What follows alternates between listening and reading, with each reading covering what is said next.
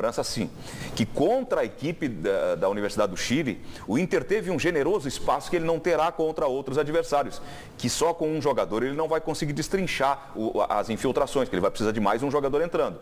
Então, que por isso Lisandro Lopes se justificaria.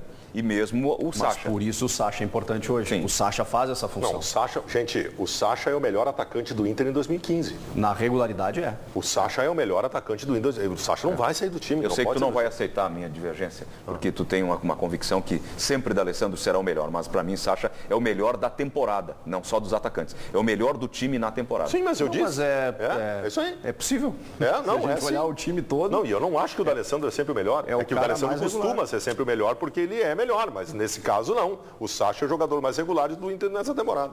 O The Strongest, que já está em Porto Alegre, né, realizou um treinamento nesta terça-feira, na tarde desta terça-feira, no CT Parque Gigante. A gente tem algumas imagens aí.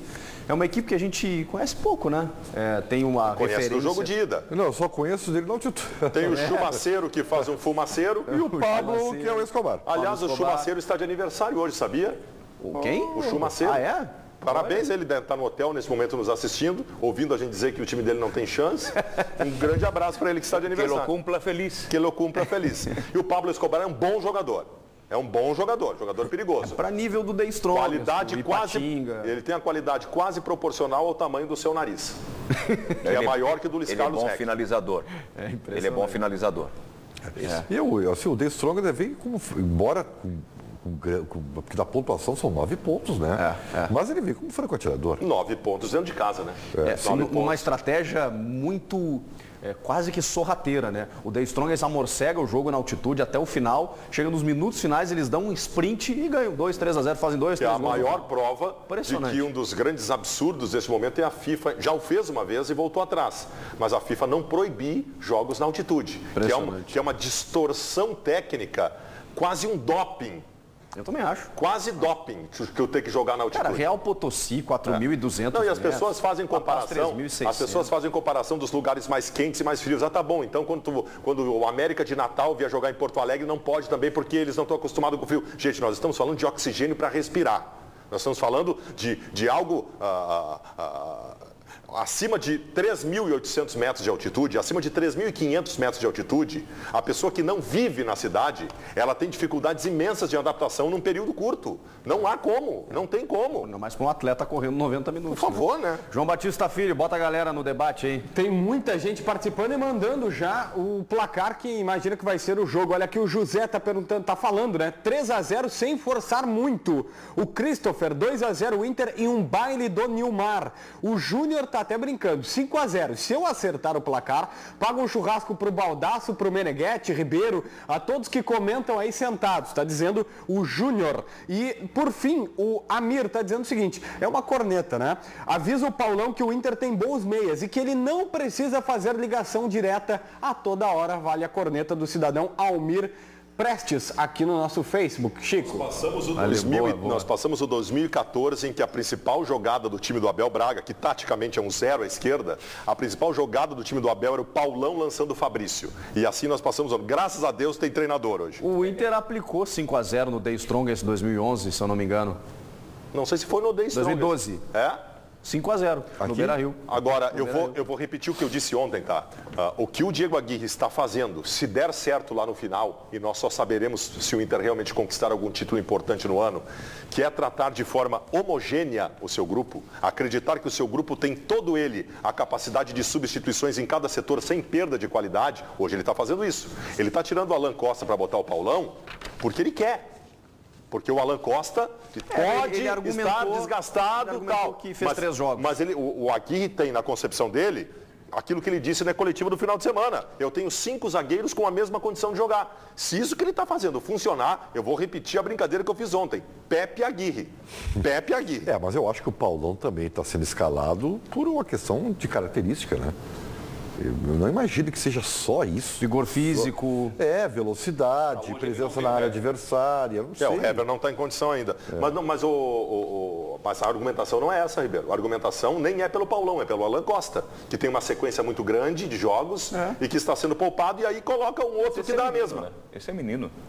Pois é, mas o Aguirre acha isso. Mas aí eu acho que entra entram vários fatores. Tem o fato da característica do jogo, o fato dele ainda manter o revezamento que ele está fazendo, o fato de dar uma oportunidade num jogo mais difícil para o Paulão e preservar o Alan Costa. Acho que entra tudo isso que ele está tentando fazer, se der certo, é revolucionário no futebol brasileiro. Porque mesmo os times... que nunca foi dado tempo para um treinador fazer isso. Os times que foram campeões do Brasil tendo grandes grupos, pega o Cruzeiro dos últimos 2 anos. O Cruzeiro tinha um time titular. O que valia o grupo é o seguinte, quando se lesiona um ou toma cartão, tem um bom para entrar. Agora o que o Aguirre faz é o seguinte, não é lesão, não é cartão. Ele vai trocando. Ele vai botando o jogador que está no banco porque ele acha que está na mesma. Preservando alguns... Claro, ele faz preservações. Mas alguns considerados titulares absolutos, ele ainda... Não sei. A exceção do goleiro, e eu tenho observado porque eu peguei os 25 jogos do Inter, que nós tivemos uma discussão, e eu defendo a tese, o Aguirre falou sobre isso domingo, que ele conseguiu fazer 2 times, que tem 3 jogadores só que são insubstituíveis, mas que ele tirando esses 3 e colocando numa ou na outra formação, ele mantém com a mesma equivalência de qualidade as 2 formações. Tu acha isso e o Aguirre acha isso. Se no final das contas, isso que está fazendo der certo, eu repito, ele terá revolucionado o futebol brasileiro. Só na Europa faz isso. Ele já tem feito essa revolução. Então, eu fui olhar os jogadores, à exceção do Alisson, que ele fixou como titular e ele não troca, independente da formação, os outros todos vêm jogando, entrando e saindo. O D'Alessandro entra, sai, o Nilmar entra, sai, todo mundo. Ô, Geraldo, é que assim, a revolução não está feita ainda. Se o Paulão hoje falhar e for 1-0 o Strongest, está errado. A revolução não está consolidada, mas está em curso. A revolução é se ele ganhar a Libertadores da América. Senão não tem revolução nenhuma. Aí o resultado o resultado é que vai confirmar a revolução. Eu acho que o resultado vai confirmar a vitória da revolução. Eu acho que o resultado carimba a revolução. Agora, o que ele está fazendo já é louvável, mesmo que ele não vença. Eu tenho dúvidas. Eu, por exemplo, eu não concordo com essa homogeneidade. Eu também não. Eu acho que existem melhores e piores. Eu também acho que existem piores e melhores. Tem um time melhor e tem um time pior. Eu acho que o Alan Costa é melhor do que o Paulão e que hoje é um jogo decisivo e que tinha que jogar mesmo com a sequência o Alan Costa. Pontualmente, ok. Mas se tu pensar a longo prazo, tu precisa preparar 2 times porque tu não vai ter os Chico, 11 jogadores titulares sempre. Nós estamos num primeiro semestre em que o longo prazo depende de resultados, senão não tem longo prazo. Se o Diego Aguirre fizer isso na primeira partida das oitavas da Libertadores e tomar 3-0, acabou o longo prazo. Vê como são as coisas, potencialmente eu vou te dizer, nessa característica que a gente está colocando do Diego Aguirre, ele, para mim, passa a ser um candidataço ao título brasileiro. Pelo que ele está construindo com essas 2 equipes. Porque é assim que tu ganha o Campeonato Brasileiro. Tá bem? Ele tem um grupo. Ele tem 2 times e um grupo com todos em condições. E isso é um mérito dele. Mas agora, ele falou dos zagueiros, do Alan Costa. Potencialmente, na minha avaliação, o grande zagueiro do Inter é o Hever. Potencialmente. Potencialmente. Mas o Hever ainda não jogou, condições físicas, né? Ainda não jogou. Porque o grupo, mas é um baita zagueiro. Tu ter um grupo qualificado, Zé Aldo, o mérito é da direção, que contratou o grupo. O que o Aguirre pode revolucionar é fazer com que todos os jogadores do teu grupo, de forma homogênea, tenham capacidade de dar resultado. É isso aí. De tu sacar um cara do banco e ele entrar no time. O que ele está fazendo para mim, eu talvez esteja dando para mais do que vocês um tamanho gigantesco para o que ele está fazendo hoje. Essa troca do Alan Costa pelo Paulão, para mim, ela é emblemática, porque o jogo de hoje é decisivo. E ele está tirando um zagueiro titular, porque tem sequência de jogos, e botando um outro, porque ele considera, ele acredita que não faz diferença. É a prevalência da filosofia.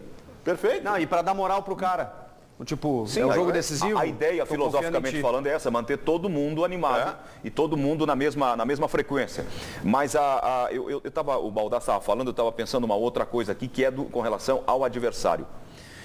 Esse time da Bolívia, ele tem zagueiros lentos, mas esses zagueiros vão jogar amontoados. Então, o Inter não vai ter os mesmos espaços que teve, por exemplo, para jogar contra um aberto time da Universidade do Chile. Pode ser que sim. Mas é isso aí. O Diego Aguirre, inclusive, falou sobre o time do The Strongest, analisando o adversário. Vamos ouvi-lo.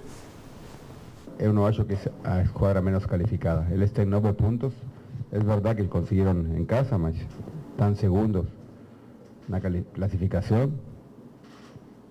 Eles fizeram um bom jogo no Chile.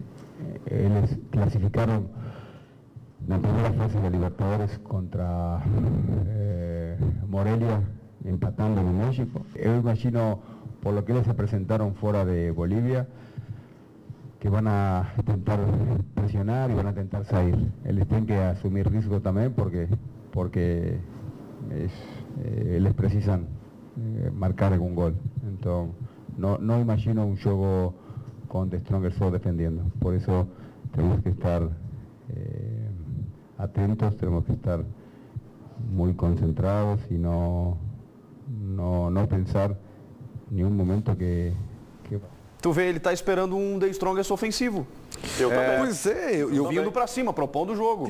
O Ribeiro já está esperando um The Strongest. Se o Strongest for para cima, aí é goleada. Mas, gente, É assim, ó, me surpreenderia Baldasso marcar os dois Strongest marcando a série de bola internacional. só que se o Day... Acho que não tem nem qualidade para Eles isso. não fazem nem em casa isso. Eu não sei. O segredo do futebol hoje, para tu não ser atacado, é tu fazer o que o Barcelona fez ontem com o PSG. Marcou na frente, tinha a bola, não deixava o PSG não conseguiu avançar 20 metros com a bola o jogo inteiro. Tendo a vantagem. Essa é a melhor maneira.